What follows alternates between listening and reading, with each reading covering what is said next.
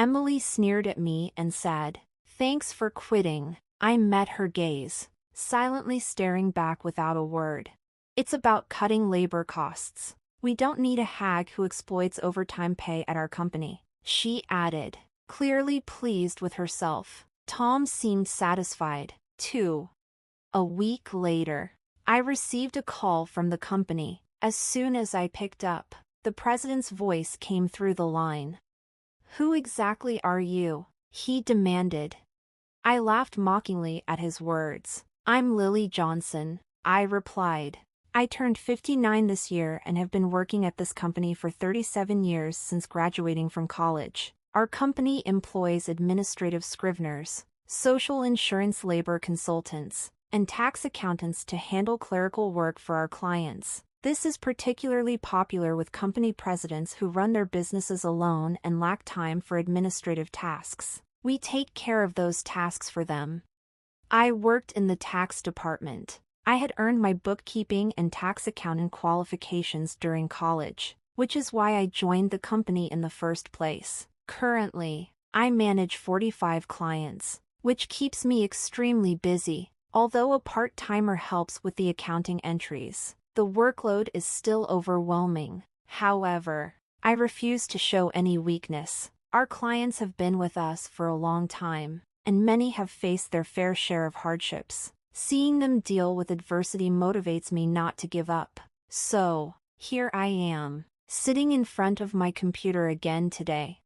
Lately, I've been troubled. Tom and Emily have been subjecting me to insidious harassment. Tom, who is 7 years younger than me, is the head of the tax department. He used to be just a regular colleague, but his attitude changed drastically 3 months ago when he got promoted. He used to speak politely, but suddenly, he started talking down to me. "Lily, what are you doing? You've got some nerve slacking off during work hours," he'd say, always either sarcastic or complaining.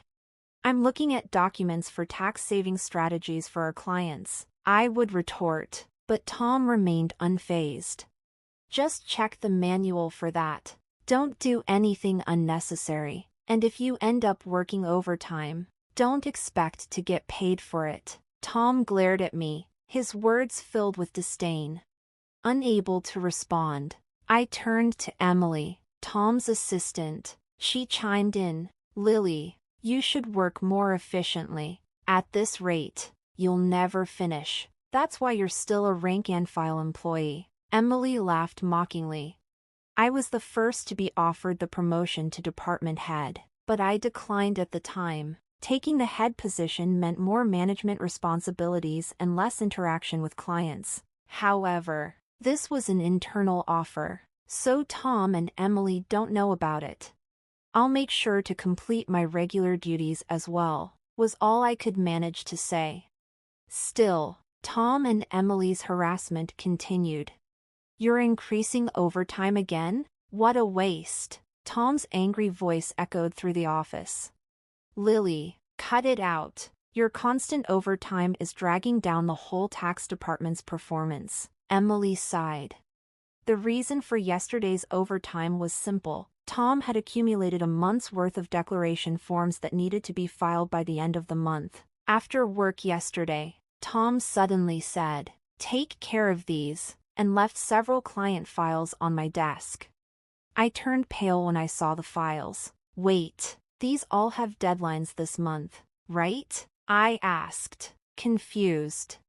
By then, Tom was already nowhere near. Looking for him, I saw he was already packing up at his desk. "I'm heading out. Take care," he said and quickly left the office. "Good luck." Emily followed Tom out, laughing mockingly. Unbelievable. I sighed and opened the client files left on my desk. Moreover, some of the files were Emily's responsibility. I sighed even deeper. I knew why Tom was harassing me. They wanted me to retire quickly. I have more experience and deeper knowledge of taxation than he does, so other members of the tax department come to me with their questions instead of Tom. There are other reasons why everyone avoids Tom. He looks greasy and unapproachable. And the only female employee who stays near him is Emily. Tom likes young women, which is probably why he wants me to retire, so the other female employees will rely on him more. It's such shallow thinking. It gives me chills. There's also the fact that he simply doesn't like me. Emily was harassing me to curry favor with Tom. Tom evaluates the performance of the tax department, so she probably wanted to undermine me to get a good evaluation from him.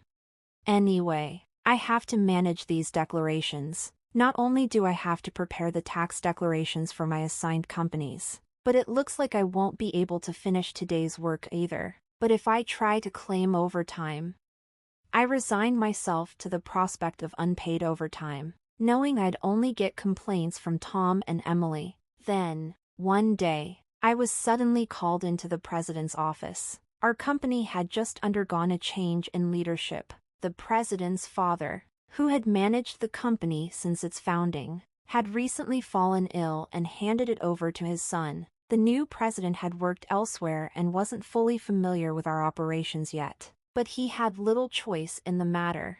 "Excuse me," I said as I entered the president's office. I noticed Tom and Emily were already there, both with unpleasant smirks on their faces. "Why are Tom and Emily here?" I muttered quietly to myself. In this tense and strange atmosphere, the president spoke. "Lily, we'll need you to resign by the end of this month." "Excuse me? What do you mean?" I asked, my mind spinning. "I've heard from Tom and Emily that you've been overbilling for overtime," the president explained. "Other members of the tax department only have about 15 hours of overtime per month, but you're already over 80 hours. Don't you find that odd? Tom and Emily have 0 overtime this month. Impressive, right?" He looked at me sternly. The reason my overtime was so high this month was that I was doing Tom and Emily's work. But if I said it was Tom's instructions, it would make me seem incapable of managing my own time, so I just stated the facts.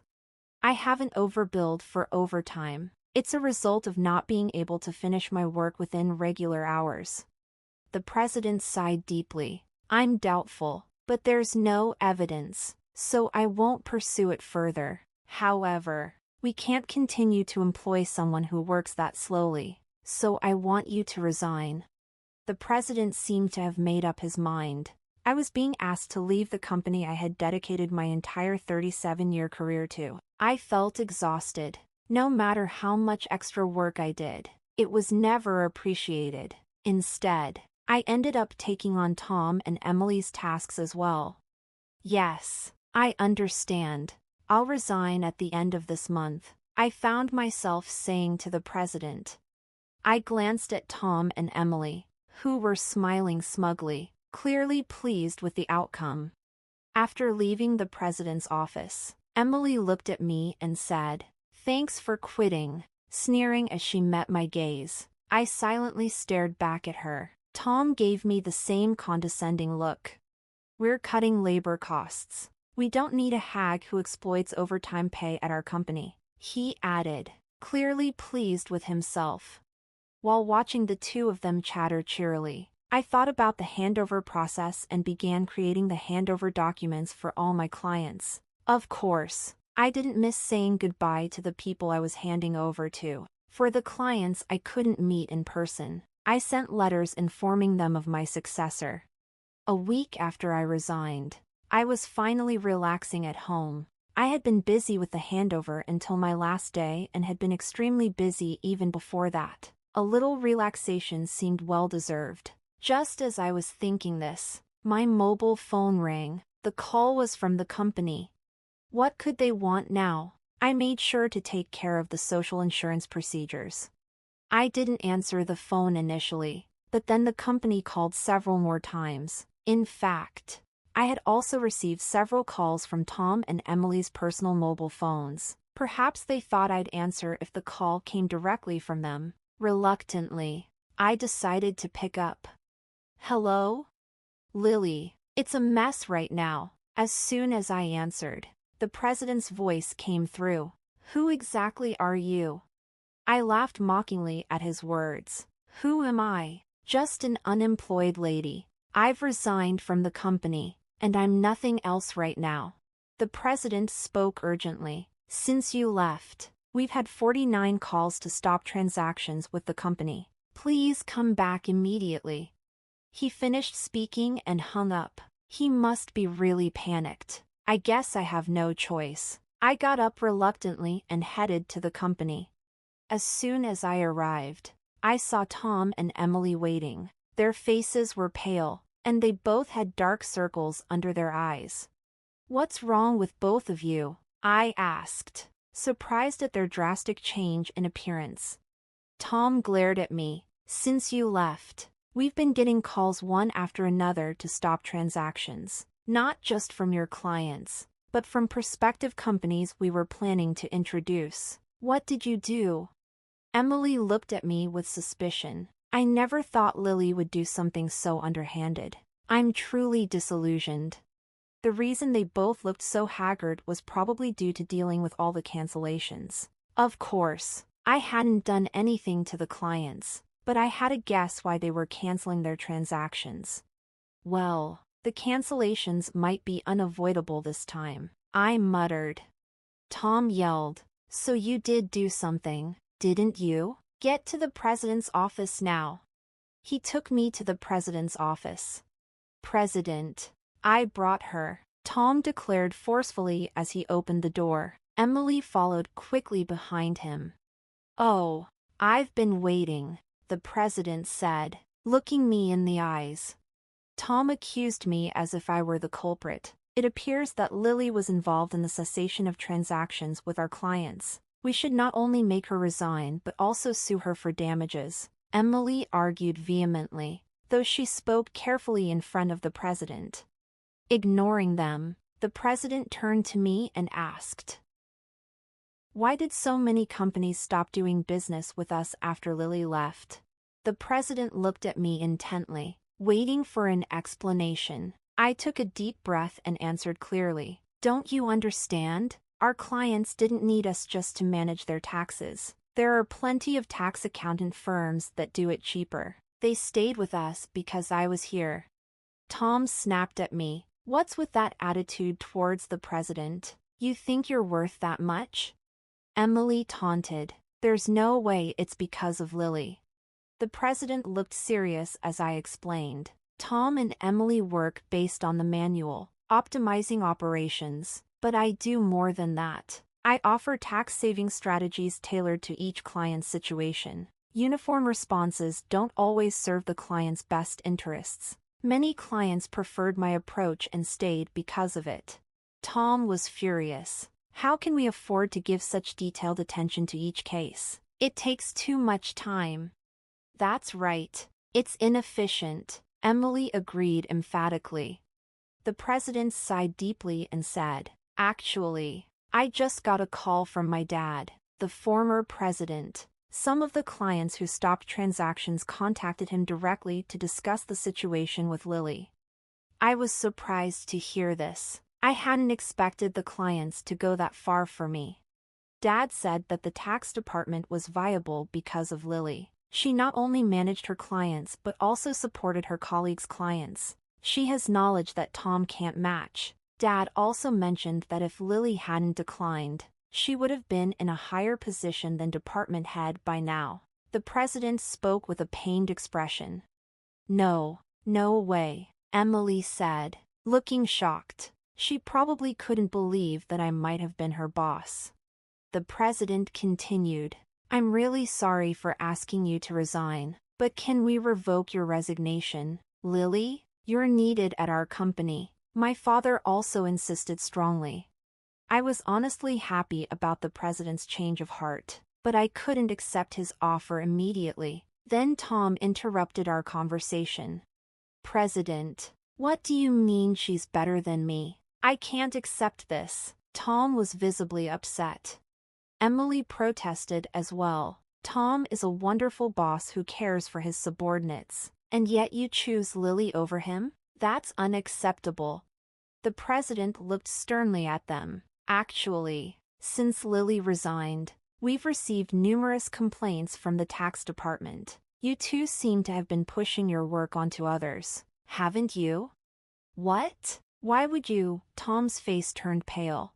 The president continued with a look of disgust. I've heard from the employees that you, Tom, have been assigning your client declaration forms to your subordinates, including Emily's work for many clients. Standing next to Tom, who was getting paler, Emily trembled as her name was mentioned. There was also a report that you've been pushing your work onto Lily until she resigned. You were calling her a salary thief, but it seems the roles were reversed, weren't they? The president sighed. No, that's not. Tom was visibly flustered, unable to come up with an excuse. Observing Tom and Emily turning pale together, the president continued. Also, there was a report that you two are in a relationship. You were often seen leaving work together. But, Tom, you're married, aren't you? The president glared at Tom and Emily. I was just mentoring Emily as her superior. Nothing inappropriate. Tom struggled to find the words. The president produced several receipts. These are receipts questioned by the accounting department. These dining expenses filed by Tom, who were they with? Certainly not clients, right? Tom was sweating profusely, unable to speak. Emily's face turned ghostly pale. Tom and Emily, you've neglected your duty and inflated expense claims. Plus, you're having an affair in the office despite being married.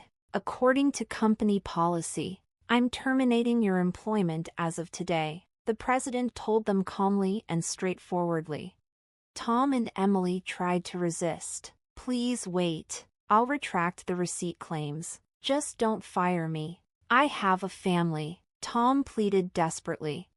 Emily did the same. Please. I don't want to be fired. I'll apologize to Lily and the others for offloading work on them. She was on the verge of tears, realizing the severity of being fired for neglecting work and having an affair with a supervisor. She must have been worried about her reputation. I advised them, why don't you just stop resisting? It's undignified. Tom glared at me. Shut up. What would a single person like you understand?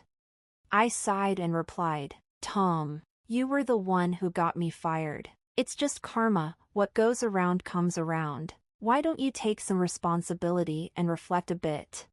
Damn it. Tom looked frustrated, and Emily bit her lip. And I haven't reported this yet. But there's more to Tom and Emily's misconduct. Should I share more details? I asked the president with a smile. Tom and Emily's behavior was well known in the tax department. Their stories had reached me, whether I liked it or not. No, please don't. Lily, stop. They both pleaded frantically, trying to stop me. I gave them an ultimatum. Wrongdoings eventually come to light. It would be better for you to face reality before it gets worse. At my words, both of them collapsed to their knees. Ultimately, Tom and Emily were fired on the spot. I revealed their misdeeds afterward, which included Tom faking business trips to spend time with Emily and harassing employees they disliked into quitting. I tried to help those employees, but Tom and Emily's tactics were insidious. They repeatedly reprimanded and pressured employees out of my sight. It was also common for them to suddenly assign work with tight deadlines. The employees who resigned had asked me to keep quiet, but now they are happily working at other companies, so I decided it was okay to speak up. The president was furious at my revelation. He expressed his anger about cutting their final salaries and planned to thoroughly investigate past inflated expense claims. Tom was begging the president, tears in his eyes, please don't cut my salary. What will I tell my family if they find out? Eventually, Tom and Emily's affair was exposed to Tom's wife, and he ended up getting divorced. The two are now facing claims for compensation in the divorce lawsuit. I know this because, for some reason, Tom contacted me. Please, can you persuade the president to reconsider the firing? Emily and I are in a real bind now. Apparently, Tom and Emily are struggling to find new jobs. The tax industry is somewhat insular. And if you commit too many misdeeds, word spreads quickly through the industry's network. That's why no one is willing to hire them. However, they need money for divorce compensation and living expenses, so now they're working day labor jobs. Like at construction sites, people used to office work suddenly doing hard labor outdoors must be tough. Emily often calls me crying, "Lily, please help. I just wanted a raise and a better life. I never really liked Tom, and this situation is unbearable," Emily would say, crying. However, Tom and Emily's predicament is their own doing. Many people, including myself, have been victims of their actions. So I told Emily, "This is all your own fault. Emily, you can't unring a bell. It will be hard to return to the same path. You're just going to have to deal with the hardships." "No way," Emily cried out in despair. This was the outcome of Emily's actions. I hope she continues to regret her actions in the future. As for me, I'm still enjoying a relaxed lifestyle away from work. The president has been begging me to return, but I have declined. After being told once to resign, I don't think I'll go back. Sometimes I help out at a friend's tax office to earn a bit of money. Maybe once things settle down, I'll start my own office like my friend. In my own office, no one can complain about my working style. I can fully dedicate myself to my clients. As a tax accountant, I want to be on equal footing with my clients, not as a teacher but as part of the service industry. My second life has just begun, and I'm looking forward to delving into what I want